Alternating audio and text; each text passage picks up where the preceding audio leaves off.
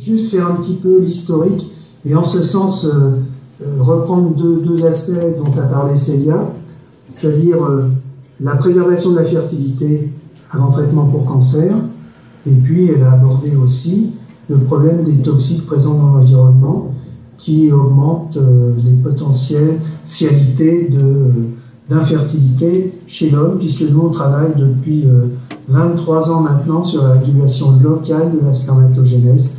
Mesdames, on s'excuse, on s'est beaucoup préoccupé de spermatogénèse et pas encore d'ovogénèse. Donc nous, on a travaillé d'abord sur la régulation locale de la spermatogénèse par un système de culture qui nous permet de faire 80% à peu près de la spermatogénèse, c'est-à-dire qu'on va après les 2 divisions de méiose, mais on ne va pas jusqu'au spermatozoïde. Et donc ces systèmes de culture, ils ont été validés d'un point de vue physiologique par une bonne vingtaine de publications. On a étudié l'effet de facteurs de croissance, de neurotrophines, d'hormones sur le déroulement de la spermatogénèse. Voilà. Et une fois qu'on a validé ces systèmes de culture, donc on s'est dit qu'on allait pouvoir les utiliser. On arrivait dans les années REACH, si ça vous rappelle quelque chose, quand REACH est arrivé, cette directive européenne imposant aux fabricants et à ceux qui commercialisent les produits de montrer l'innocuité de leurs molécules sur un certain nombre de fonctions, dont la fonction de reproduction. Donc on utilise désormais ce système imparfait, entre guillemets. Il va très bien pour la toxicologie, il n'est pas suffisant pour la thérapeutique. Et puis, ce faisant, on avait déjà dans l'idée d'essayer d'aider ces petits gamins qui, avant la puberté, sont soignés pour cancer. C'est sûr qu'un monsieur qui a des spermatozoïdes, on l'envoie au sécos, n'est-ce pas Célia, pour lui faire congeler des spermatozoïdes avant le traitement qui risque de le rendre stérile. Mais avant la puberté, quand le petit gamin il n'a pas encore de spermatozoïdes, qu'est-ce qu'on fait? Donc, on a continué à travailler, et ça, depuis un peu plus de 5 ans maintenant, on a essayé d'améliorer nos systèmes de culture pour aller jusqu'au bout de la spermatogénèse, c'est-à-dire essayer de passer de la spermatogonie, ce qui est présent normalement chez les petits garçons avant la puberté, et comment on va faire maturer ces spermatogonies in vitro pour, in fine, obtenir des spermatozoïdes qu'on pourra congeler, puis décongeler quand le petit gamin sera guéri, il aura rencontré une copine, il voudra faire un bébé. Voilà, donc Marie-Hélène va vous dire maintenant un petit peu quelles ont été les améliorations qu'on a apportées pour passer de la spermatogonie au spermatozoïde. Donc, en fait, les premiers systèmes de culture qui avaient été mis au point, comme vous l'a dit Philippe, ils permettaient de réaliser que 80% de la spermatogénèse, c'est-à-dire la multiplication des spermatogonies, toute l'étape méiotique et le début de la spermiogénèse. On s'arrêtait à la spermatide ronde. Et on avait émis l'hypothèse qu'en fait, dans ces systèmes, en fait, le tube séminifère se dilatait, la cellule nourricière perdait les contacts étroits qu'elle a avec les cellules germinales pour permettre justement leur différenciation jusqu'au spermatozoïde. Et donc, on cherchait un nouveau système de culture qui permette donc de garder ces relations étroites entre la cellule nourricière et les cellules germinales, et ça, on a pu donc le mettre au point grâce à l'aide d'un chimiste, c'est-à-dire que ce système de culture est l'association de 2 choses, tout notre savoir-faire en culture de tubes séminifères et l'association donc avec un bioréacteur qui a été donc développé par le professeur Laurent David à l'université Lyon 1. Et donc dans ce bioréacteur, on confine les tubes séminifères, ce qui fait donc cette fois les tubes séminifères ne se délitent pas, et on peut réaliser toute la spermatogénèse, les 100%, dans 3 espèces. On a commencé par le rat, parce que c'était notre modèle depuis les 22 ans qu'on a travaillé dessus. On a obtenu donc des spermatozoïdes de rat, de jeunes, à partir de tubes séminifères de rat qui n'ont que des gonies, par analogie donc avec les petits garçons prépubères. On a obtenu aussi des spermatozoïdes de singes, aussi à partir de singes qui n'avaient que des gonies. Et enfin, bien sûr, des spermatozoïdes humains à partir de biopsies humaines qui n'ont que des guenilles. Et puis on a aussi utilisé, donc en ce qui concerne les biopsies humaines, on a eu donc des spermatozoïdes à partir de biopsies fraîches, c'est-à-dire qui venaient d'être prélevées, mais aussi à partir de biopsies qui avaient été congelées. En particulier, donc, les tubes séminifères avaient été congelés. Voilà.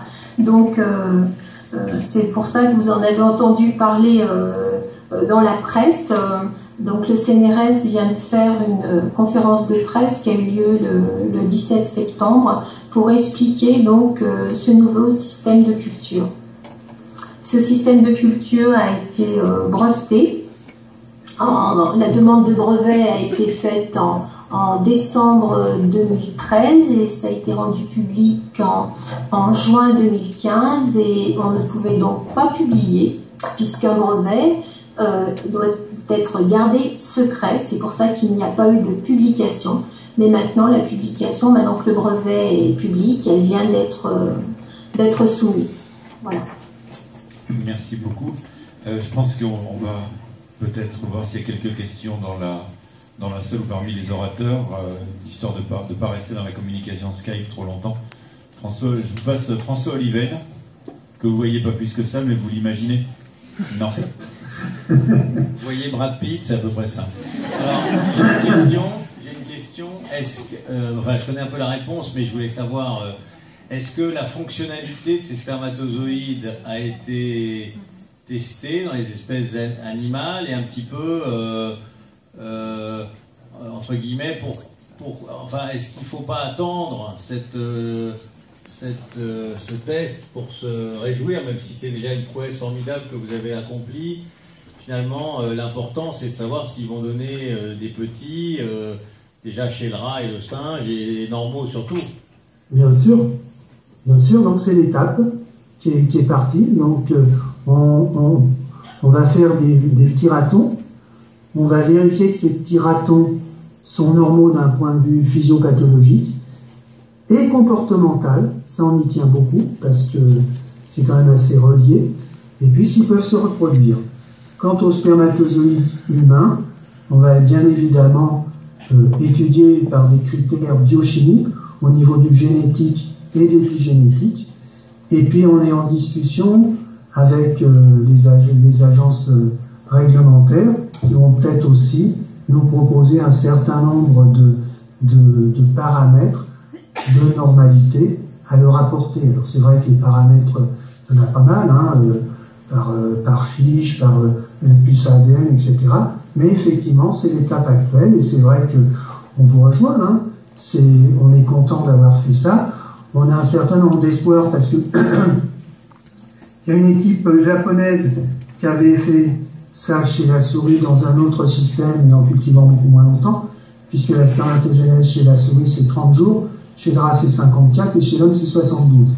Donc il faut qu'il y ait une méthode de culture qui permette l'oxygénation, l'alimentation entre guillemets des cellules germinales pendant un temps suffisamment long pour obtenir le spermatozoïde in vitro.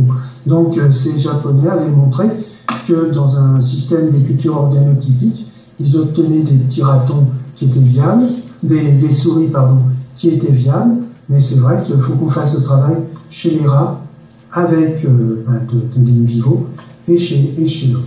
Tout à fait.